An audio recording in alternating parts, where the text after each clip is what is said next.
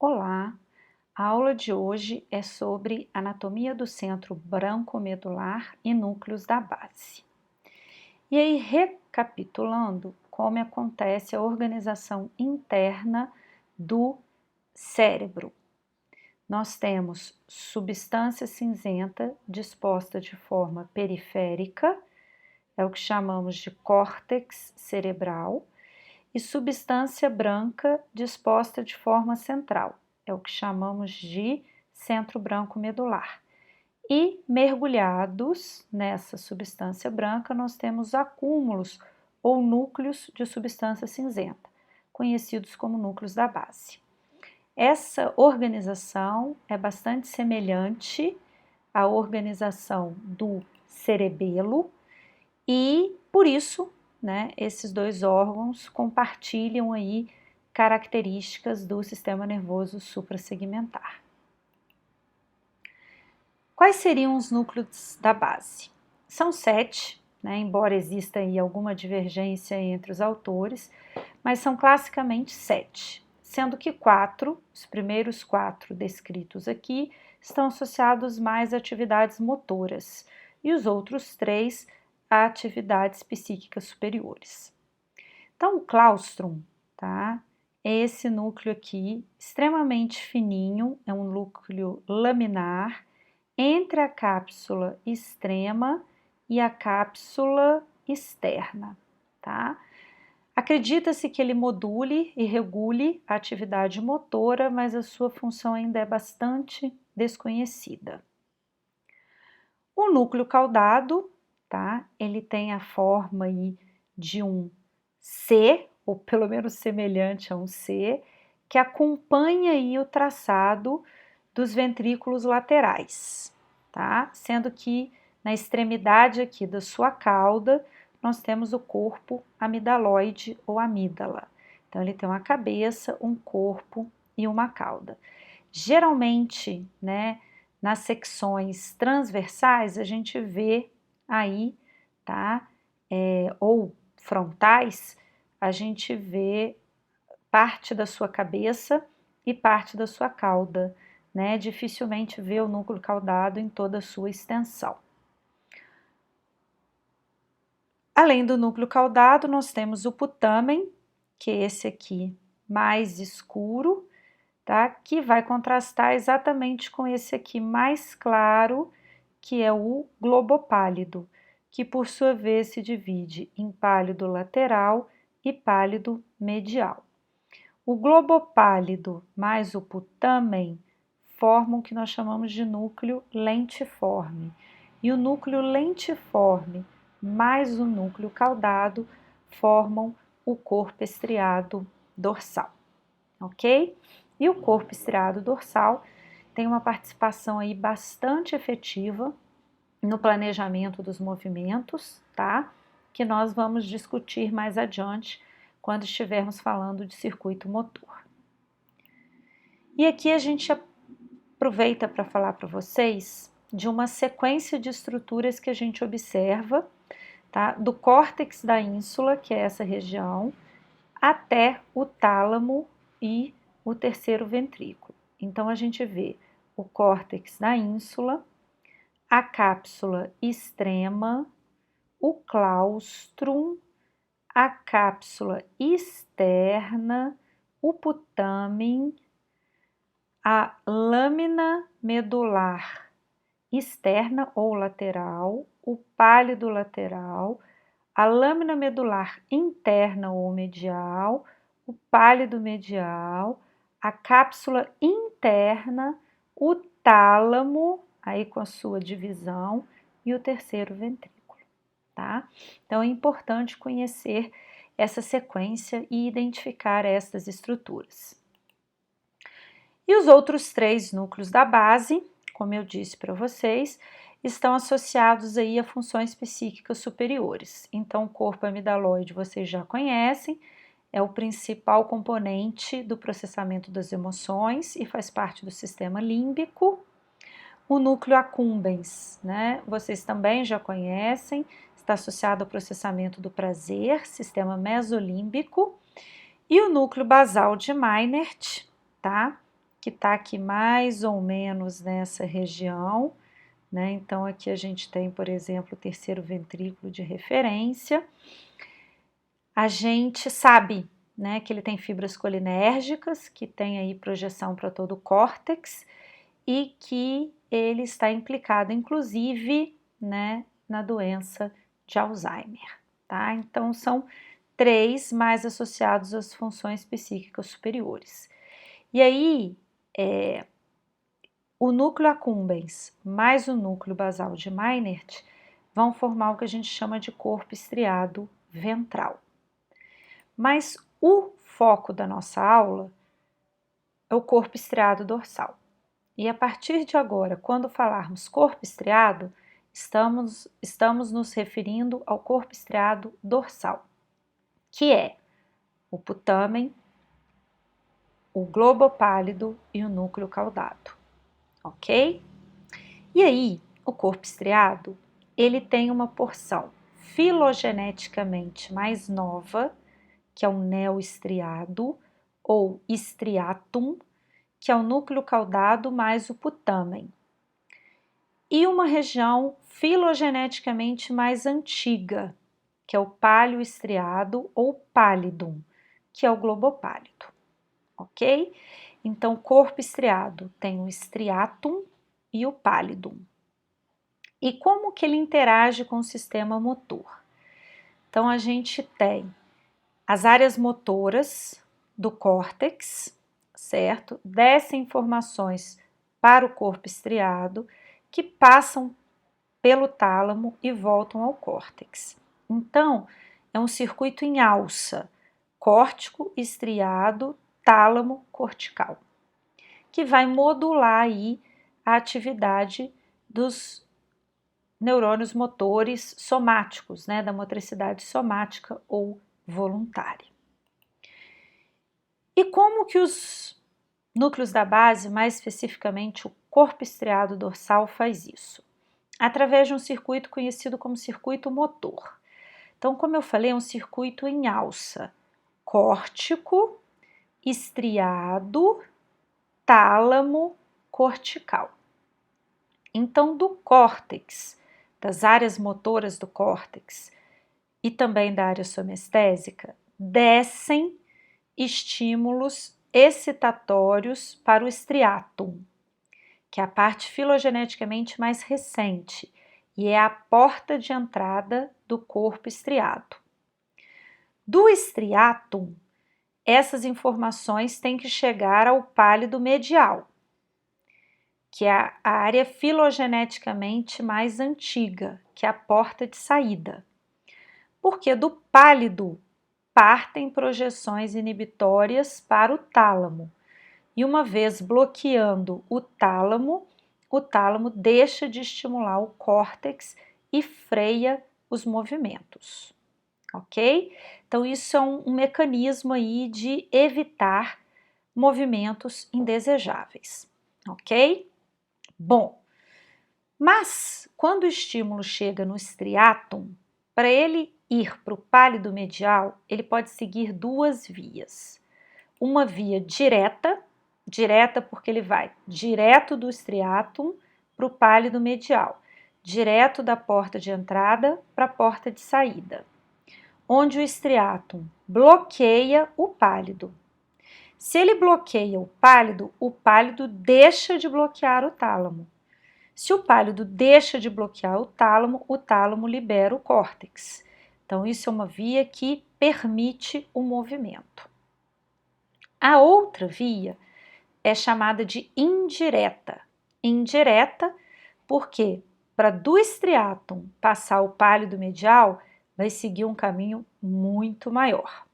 E aí o que acontece?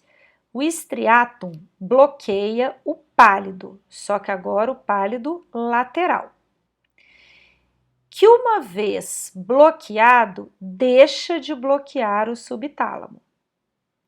O subtálamo liberado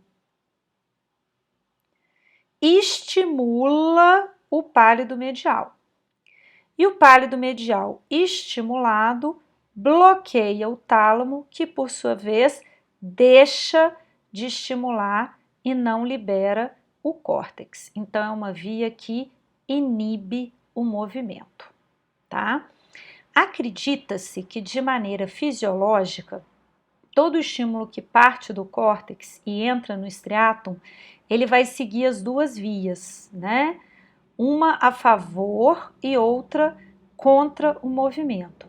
E vai ser o equilíbrio entre essas duas que vai permitir movimentos precisos, inclusive em velocidade, amplitude e força.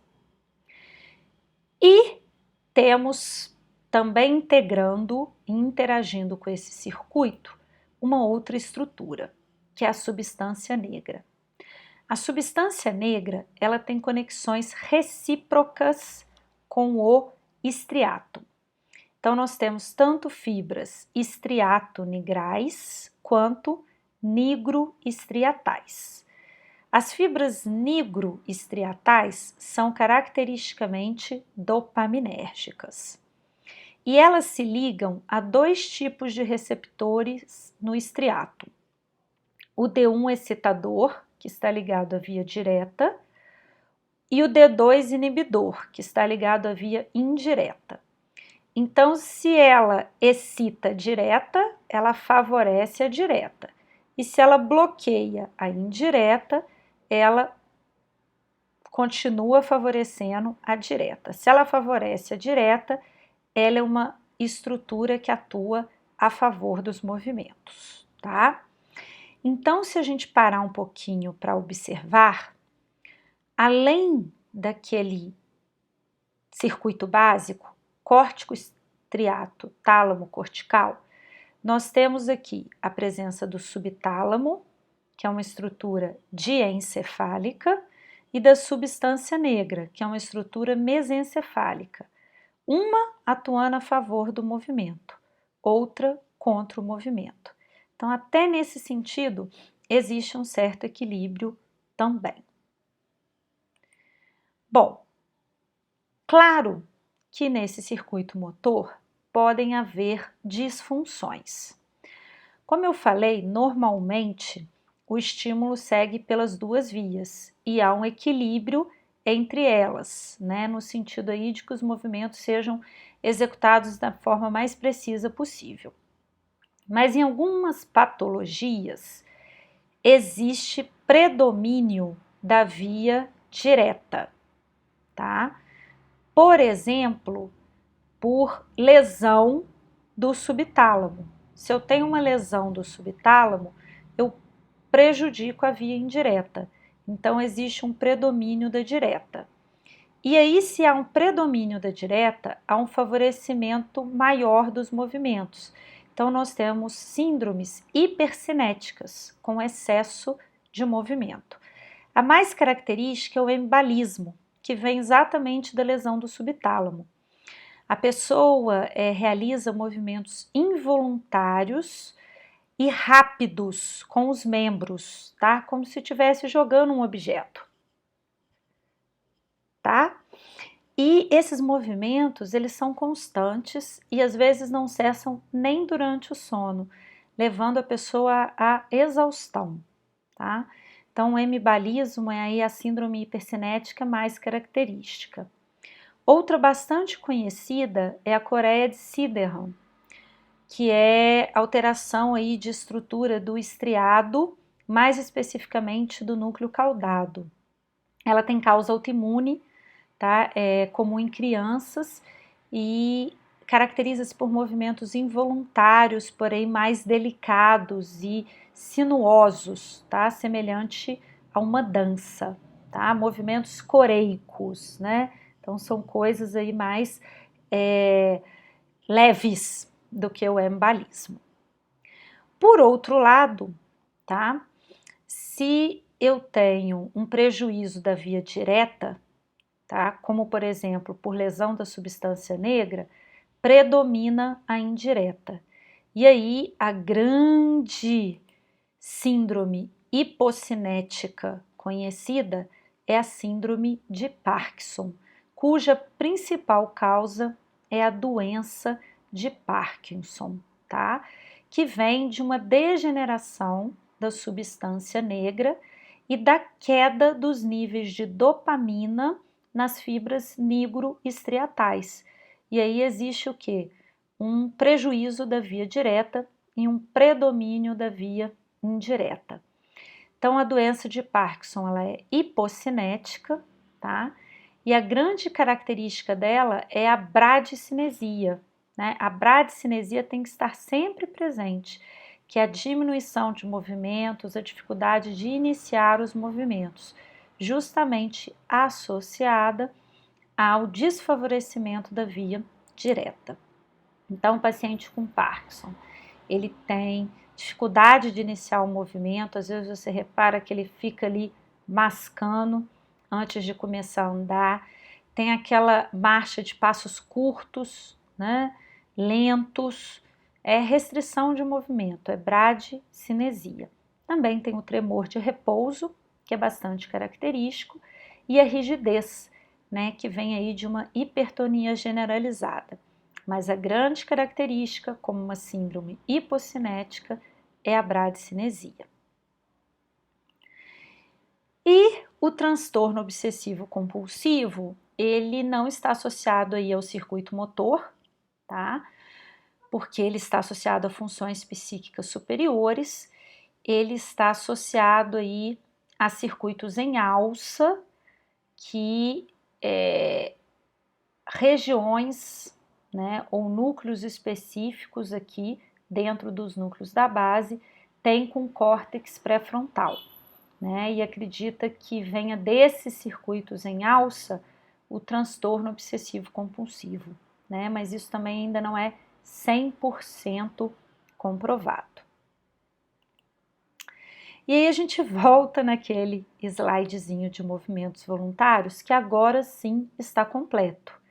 Né? O movimento voluntário ele tem 4 etapas, sendo a primeira de intenção, áreas corticais terciárias, geralmente córtex pré-frontal, tomada de decisão, planejamento, áreas motoras secundárias, cerebelo e os núcleos da base, execução, área motora primária e correção, cerebelo. Então agora sim está completo. E agora sim temos noção da total complexidade da execução perfeita de um movimento voluntário. Compreendido os núcleos da base, a gente passa para o centro branco medular, que os abriga, e que é esse acúmulo de substância branca que, em termos de cérebro e cerebelo, ocupa a região central. No caso do cérebro, em cada hemisfério, ela é chamada de centro semi-oval. E é branca porque é rica em fibras mielínicas, que podem ser de projeção, ou seja, estão chegando ao córtex ou saindo do córtex, ou de associação, quando ligam áreas dentro do próprio córtex, sejam dentro do hemisfério, intrahemisféricas, ou entre os dois hemisférios, interhemisféricas.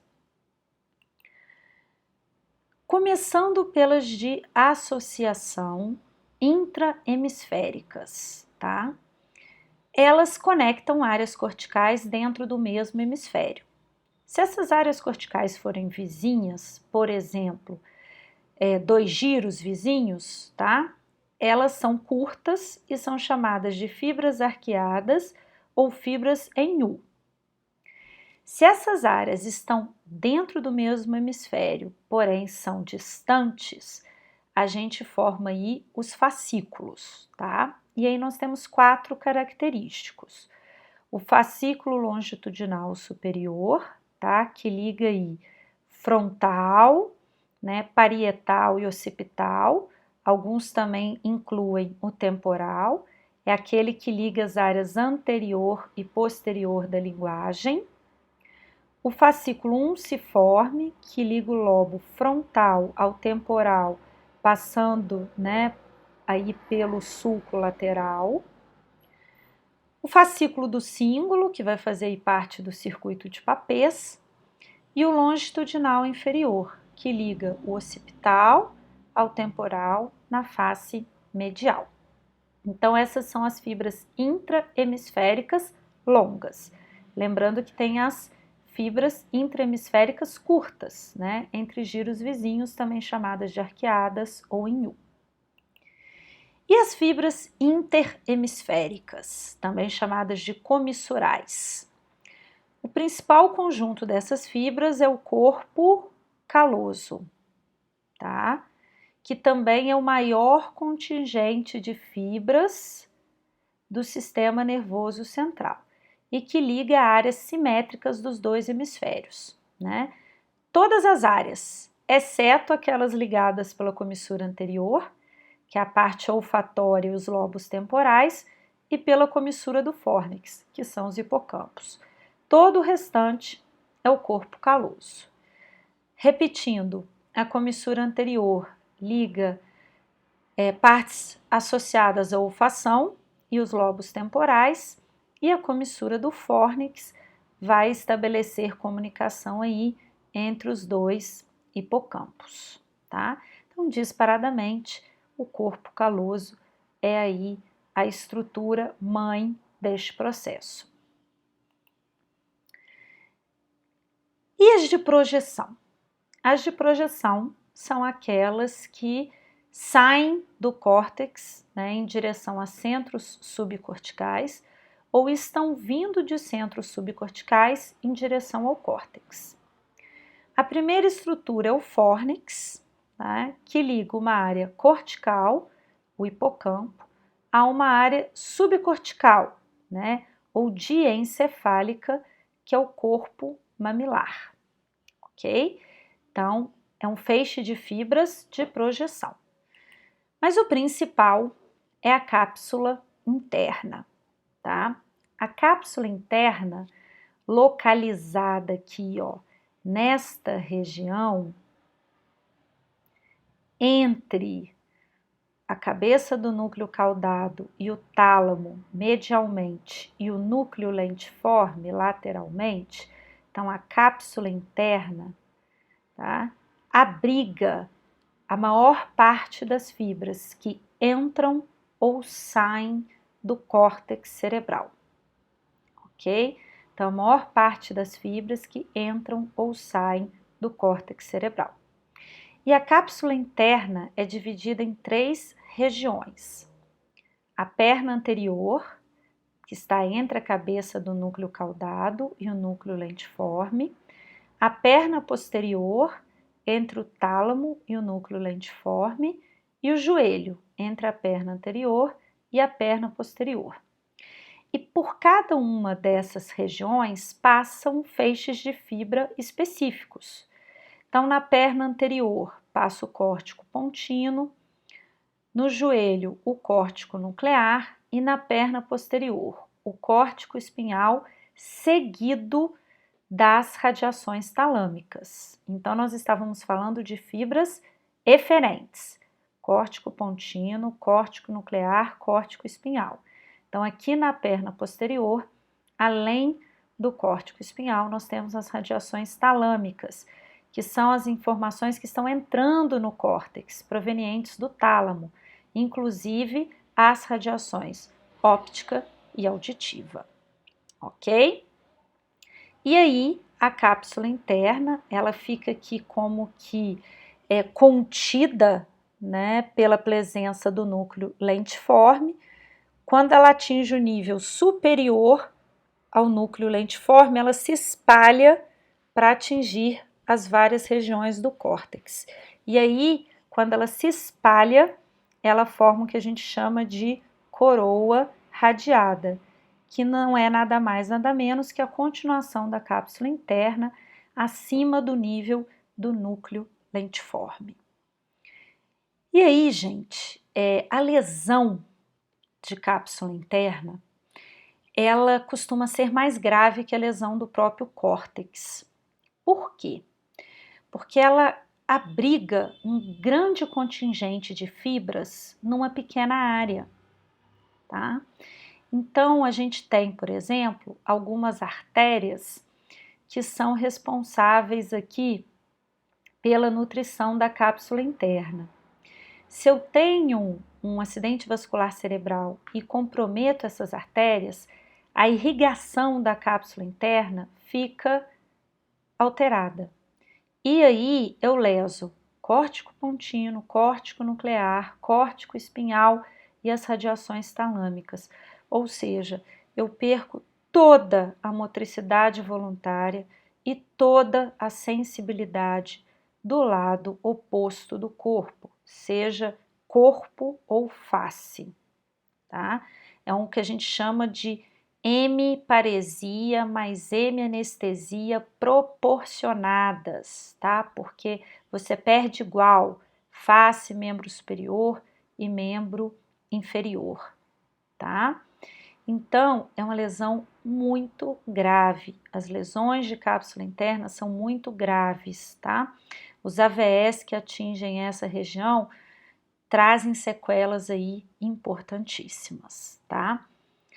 Bom, então, se existem, né, duas coisas que precisam ser lembradas e relembradas dessa aula são o circuito motor, que integra os núcleos da base aos movimentos voluntários, ao planejamento dos movimentos voluntários, e a cápsula interna, que tem aí no seu conteúdo praticamente todas as fibras que entram e saem do córtex, tá?